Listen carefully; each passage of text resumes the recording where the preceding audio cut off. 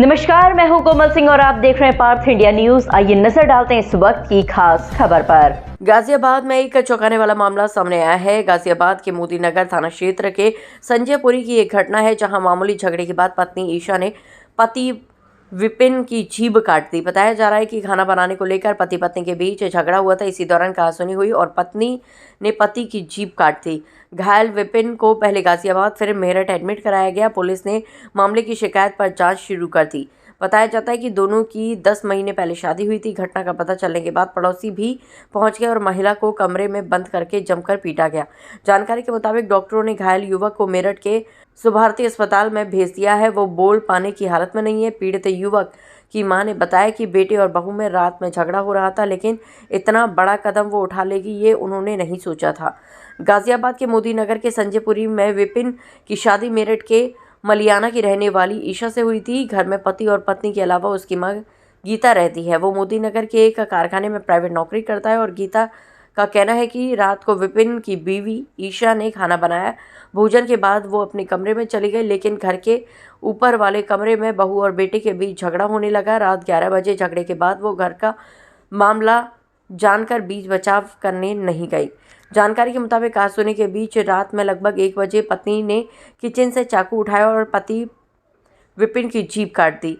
उसे जीभ काटकर बेड पर फेंक दी। विपिन चीखते चिल्लाते हुए नीचे मां के पास पहुंचा। फिर शोरगुल सुनकर पड़ोसी भी जाग गए और युवक को मोदी नगर के जीवन अस्पताल में एडमिट कराया।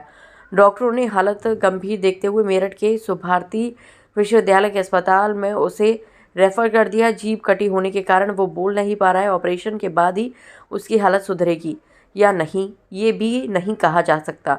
कटी जीभ को लेकर भी परिवार वाले अस्पताल पहुंचे हैं। लड़ाई हुई थी खाना बनाने के ऊपर, किन किन की?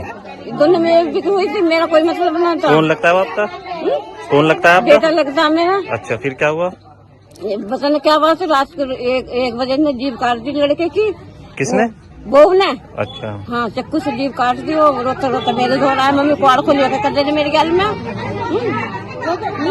फिर आप कहाँ है लड़का? लड़का मैं सवारती में भर्ती है। पकड़ाना था जीवन में। तो पुलिस ने शिकायत कर दिया आपने? पुलिस में रात कर दी थी। चौकी में चले गए थे हम रात।